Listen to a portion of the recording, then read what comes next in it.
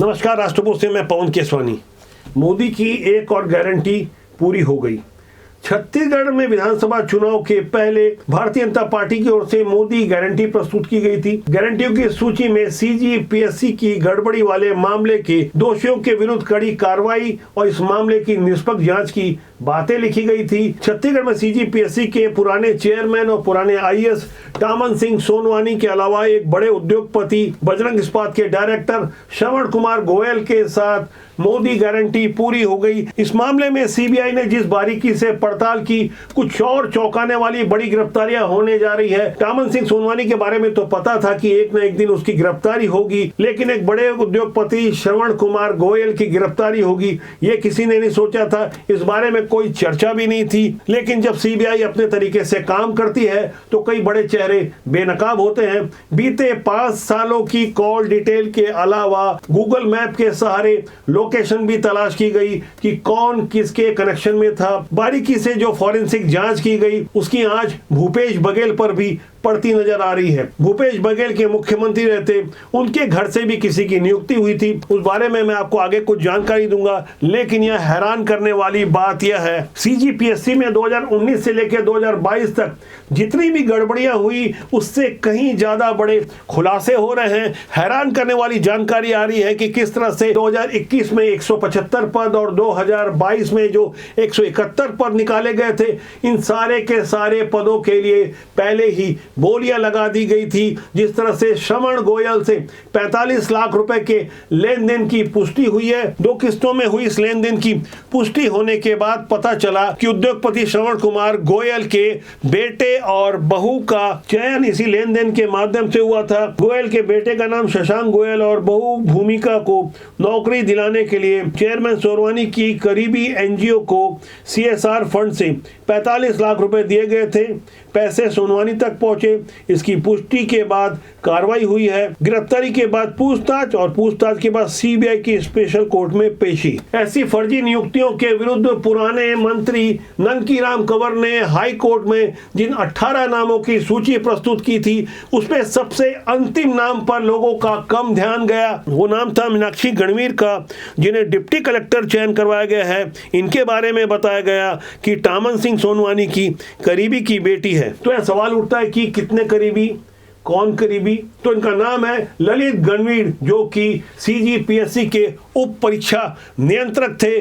प्रतिनियुक्ति में सोनवानी ने इसे अपने साथ जोड़ा और उसके बाद इन दोनों की जोड़ी ने जो गुल खिलाया, उसके बारे में मैं आपको सिलसिलेवार ढंग से बेहद हैरान करने वाली जानकारी दे रहा हूं। दरअसल ललित गणवीर सहायक संचालक लोक शिक्षण विभाग के मूल पद पर थे, जिनकी प्रतिनियुक्ति उप परीक्षा नियंत्रक सीजीपीएससी में हुई। सीजीपीएससी में धांधली के लिए कांदुल ग्राम, जो कि रायपुर के भड़गांव के समीप स्थित है, यहाँ के वेदांता परिसर के एक मकान का चयन किया गया, जहां पहले ही पेपर आउट कराकर फर्जी लोगों को ट्रेनिंग दी जाती थी। यह मकान किसी और का नहीं बल्कि दावा किया गया उसी मीनाक्षी गणवीर का मकान है, जिसका चयन करवाया गया। मीनाक्षी गणवीर के पति का नाम भास्कर गणवीर बताया गया, जो कि ललित गणवीर के भाई बताए जाते हैं। मीनाक्षी गणवीर 10 साल तक प्राइवेट स्कूल में टीचर थी। कभी उन्होंने प्रीलिम्स का एग्जाम भी पास नहीं किया। 10 साल तक प्राइवेट स्कूल में टीचर रहने के बाद अचानक उनका चयन सीजीपीएससी में हो जाता है। ललित गणवीर के बारे में जानकारी मिली कि राजनांदगांव में इनका एक मामूली सा 2 कमरे का पुश्तैनी मकान हुआ करता था। वहां अब एक आलीशान कोठी खड़ी हो गई है। ललित गणवीर के निकट संबंध उषा किरण खलको से भी थे। उषा किरण खलको की बेटी अंजलि खलको का भी चयन अचानक सीजीपीएससी में करवा दिया गया। जांच के दायरे में सारी बातें आ रही हैं, लेकिन उससे पहले समझना होगा कि किस तरह से टामन सिंह सोनवानी ने एक सुअर पालने वाले का भी चयन डीएसपी पद के लिए करवा दिया। अपने परिवार के 5-5 अयोग्य लोगों का सीजीपीएससी में चयन करवाने वाले टामन सिंह सोनवानी का दिल और मन एक बार भी नहीं पसीजा होगा। जिन्होंने दिन रात देखकर भविष्य के लिए सपना बुना होगा, उनका क्या हो रहा होगा। ऐसे लोग जो योग्य होने के बाद भी चयनित नहीं हो सके और अयोग्य लोगों का चयन हो गया। तो ऐसे में सोचने वाली बात है कि जिन्होंने मेहनत की आज वो किस हाल में होंगे। सीजीपीएससी के चेयरमैन रहते टामन सिंह सोनवानी ने अपने जिन 5 रिश्तेदारों का सिलेक्शन करवाया उसमें नितेश जो उनका बेटा है डिप्टी कलेक्टर बनवा दिया गया, निशा कोसले जो उनकी बहू है डिप्टी कलेक्टर बनवा दी गई, दीपा अजगले आदिल जो भाई की बहू है उसे जिला आबकारी अधिकारी बनाया गया, सुनीता जोशी जो बहन की बेटी थी उसे श्रम अधिकारी बना दिया गया और साहिल जो बड़े भाई का बेटा है उसे डीएसपी बना दिया गया। इसी साहिल के बारे में कुछ बेहद हैरान और चौंकाने वाली जानकारी सामने आई है। साहिल के बारे में जांच में पता चला कि वह बेंगलोर से बीसीए करने के बाद सुअर पालने का कारोबार कर रहा था। करीब 2-3 साल तक इसी कारोबार करने के दौरान अचानक वो डीएसपी बना दिया गया। उससे भी हैरानी की बात यह है कि साहिल आरक्षित कोटे में आता था लेकिन उसने अपना चयन अनारक्षित कोटे में करवाया। इतना ही नहीं, उसने आरक्षित कोटे के टॉप 3 में अपना स्थान बनाया और वह डीएसपी चयनित करवा लिया गया। जबकि टामन सिंह सोनवानी के भाई की बहू दीपा आडिल जो उसके मायके का नाम है उसका पूरा नाम बताया गया दीपा अजगले आडिल। जैसे जैसे सीबीआई की जांच आगे बढ़ते जा रही है तो जांच का दायरा भी व्यापक हो रहा है। आरती वासनिक जो परीक्षा की नियंत्रक थी उनके बारे में पड़ताल में पता चला कि राजनांदगांव के आसपास उनकी ओर से नामी बेनामी करीब 65 रजिस्ट्रियां करवाई गई है। जब धन चारों तरफ से आ रहा होगा तो उसका प्रबंधन भी हो रहा होगा। इसके लिए प्रॉपर्टी खरीदी एक आसान माध्यम माना जाता है और उसी माध्यम का इस्तेमाल किया गया। ऐसी जांच की आंच टामन सिंह सोनवानी की निजी जिंदगी में भी जा रहा है। टामन सिंह सोनवानी जिन दिनों जांजगीर में जिला पंचायत में पदस्थ हुआ करते थे तब मनरेगा में काम करने वाली उनकी असिस्टेंट शिल्पा देवांगन इस वक्त राजनांदगांव में डिप्टी कलेक्टर के पद में पदस्थ है। इतना ही नहीं बल्कि उनके पति भी डिगेश देवांगन आबकारी विभाग में अधिकारी हैं। शिल्पा देवांगन के नाम से कहां कहां प्रॉपर्टियां बनाई गई इसकी भी जांच चल रही है। हमारे पास तो वैसे अपुष्ट ढेर सारी जानकारी आ रही है लेकिन यह गहराई से समझना होगा। जब भांडा फूटा तो छात्र सड़कों पर उतरे और उस समय भारतीय जनता पार्टी ने जिस तरह से आक्रामक तेवर अपनाए थे उसकी परिणति ये रही कि भूपेश बघेल सरकार की काफी भद्द पिटी। तब पता चला कि भूपेश बघेल की बेटी दीप्ति बघेल भी जो असिस्टेंट प्रोफेसर के रूप में चयनित हुई है। इसमें लोगों को गजब यह लगा कि जब भूपेश बघेल मुख्यमंत्री बने तब 2019 से लेकर 2022 तक सीजीपीएससी में खूब धांधली हुई। इसी दौरान दीप्ति बघेल का भी चयन हो जाता है। क्या यह चयन सही था या कोई और वैसी ही खगोली घटना जो लाखों साल में एक बार होती है। एक एक परिवार से बेटा बहू और न जाने कितने रिश्तेदार नियुक्त हो रहे थे। ये सारी जानकारियां खुलकर के सामने आ चुकी है लेकिन जो बातें नहीं पता थी वो अब लोगों के सामने आएगी इसका हम दावा कर रहे हैं। कुछ सफेद पोश बहुत जल्दी बेनकाब होने जा रहे हैं। सीजीपीएससी की मेरिट लिस्ट की धांधली वाले मामले के सामने आते ही भारतीय जनता पार्टी के नेता गौरी शंकर श्रीवास की बेहद अहम भूमिका थी। वो लगातार छात्रों के साथ हमकदम रहे, उनकी आवाज बनकर उनके आंदोलन में वो साथ देते रहे। निश्चित तौर पर कल सीबीआई ने जिस प्रकार से टामन सिंह सोनवानी को गिरफ्तार किया इसे बहुत ही सकारात्मक तौर पर हम लोग देख रहे हैं और प्रदेश के छात्रों की लंबे समय से ये मांग थी, प्रतीक्षा थी इस प्रकार की कार्रवाई हो। और मुझे ऐसा लगता है कि बहुत सारे अभी भी जो अधिकारी हैं, जो साजिश करता है, जिसके सूत्रधार हैं, जो पर्दे के पीछे इसके मास्टरमाइंड लोग हैं वो अभी तक इसमें बचे हुए हैं। भूपेश बघेल की सरकार के समय एक प्लान के तहत में जो पीएससी के जो सदस्य बनाए गए हैं उनकी भूमिका की भी जांच होनी चाहिए और सहायक परीक्षा नियंत्रक जो ललित गणवीर जो इनके खास मित्र थे टामन सिंह सोनवानी जी, उनको भी अभी तक विभाग में क्यों रखा गया है ये भी समझ से परे है। मैं माननीय महामहिम राज्यपाल जी से अनुरोध करता हूं कि इस मामले में तत्काल दखल दे।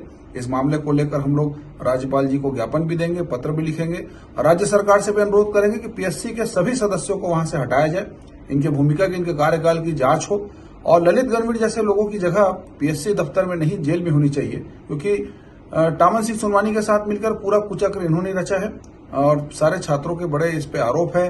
परीक्षा को सेट करने से ऐसे प्रश्न पत्र को बेचने जैसे गंभीर आरोप इनके ऊपर है। पूर्व मुख्यमंत्री के 2 ओएसडी भी इसकी जद में है।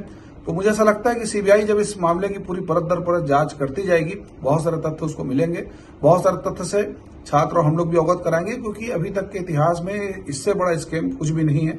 ये छात्रों के भविष्य पे कालिक पोतने जैसा वाकया था और भारतीय जनता पार्टी की हमारी सरकार थी, इस कलंक को भी धोएगी और ऐसे लोग जो इस पूरे साजिश में जिन लोगों ने मुख्य भूमिका निभाई है प्रदेश के युवाओं के भविष्य के साथ में खिलवाड़ किया है, इनको कड़ी से कड़ी सजा दिलाएंगे। तब तक हम लोग चैन से नहीं बैठेंगे जब तक इस पूरे मामले का पटाक्षेप नहीं हो जाता। भूपेश बघेल ने 17 दिसंबर 2018 को शपथ ली थी, संविधान की शपथ ली थी, छत्तीसगढ़ की जनता के लिए ईमानदारी से काम करने की। लेकिन 2019 में असिस्टेंट प्रोफेसर की भर्ती होती है, इसमें भी जमकर भर्राशाई हुई। 1384 असिस्टेंट प्रोफेसर भर्ती के मामले में जो गड़बड़ी हुई, उसमें एक हैरान करने वाला दावा किया गया कि एक ही परीक्षा केंद्र में 50 अभ्यर्थी जिसमें बैठे थे, उन 50 में से 36 लोगों का असिस्टेंट प्रोफेसर में चयन हो गया। इस भर्ती में भी सीजीपीएससी के तत्कालीन अध्यक्ष रहे टामन सिंह सोनवानी, उनके कुछ अधिकारी मित्रों के अलावा कांग्रेस के शीर्ष नेताओं के रिश्तेदारों के नाम शामिल थे। ये तो गजब ही हो गया था। 50 लोग एग्जामिनेशन हॉल में हैं, जिसमें 36 का सिलेक्शन हो जाता है, और ऐसी ऐसी हरकतें करवाई जा रही थी जिसे एक सामान्य आदमी भी समझ जाएगा कि आखिर एक ही परिवार से दो लोगों का कैसे चयन हो जा रहा है। उद्योगपति श्रवण कुमार गोयल ने अपने बेटे शशांक और भूमिका की तो नियुक्ति करा दी। ऐसे ही अमृत खलको है, जो उस समय राज्यपाल के सचिव थे, उनके बेटे बहू की अचानक से ऐसी नियुक्ति होती है जिस पर यकीन करना किसी के लिए भी मुश्किल था। जो करीब से जानते हैं वो बेहद हैरान हैं। ऐसे ही कई लोग हमारे संपर्क में हैं। टामन सिंह सोनवानी के अलावा उस समय सीजीपीएससी के सचिव जुगल किशोर ध्रुव के बेटे को भी डिप्टी कलेक्टर बना दिया गया। नाम था उनका सुमित ध्रुव। इसी तरह नेहा खलको और निखिल खलको, जो कि उस समय राज्यपाल के सचिव अमृत खलको की बेटी और बेटा थे। इसी सूची में आप बाकी ढेर सारे नाम देख सकते हैं। साक्षी ध्रुव, प्रज्ञा नायक, प्रखर नायक, अनन्या अग्रवाल, खुशबू बिजौरा, स्वर्णिम शुक्ला, राजेंद्र कौशिक जैसे वो तमाम नाम हैं जिनके बारे में दावा किया जा रहा है किसी और का हक मार कर उस समय के मुख्यमंत्री भूपेश बघेल की जानकारी में ये सब हुआ। खुला खेल हुआ, डंके की चोट पर हुआ, क्योंकि कांग्रेस के कुछ बड़े नेताओं के बेटा बेटी, रिश्तेदार, दामाद और अन्य नैतिक अनैतिक संबंधों वालों की नियुक्तियां करवाई गई थी। 2019 से लगातार हो रही ऐसी धांधली नहीं फूटती यदि अति नहीं होती, जिसके विरुद्ध चिलचिलाती धूप में जून 2023 में विधानसभा चुनाव के पहले भारतीय जनता पार्टी के युवा मोर्चा ने मोर्चा संभाला था। उस समय ब्रांड एम्बेसडर के रूप में उभर के सामने आए थे ओपी चौधरी, जो इस आंदोलन में शामिल थे। मुख्यमंत्री निवास के कार्यक्रम के दौरान,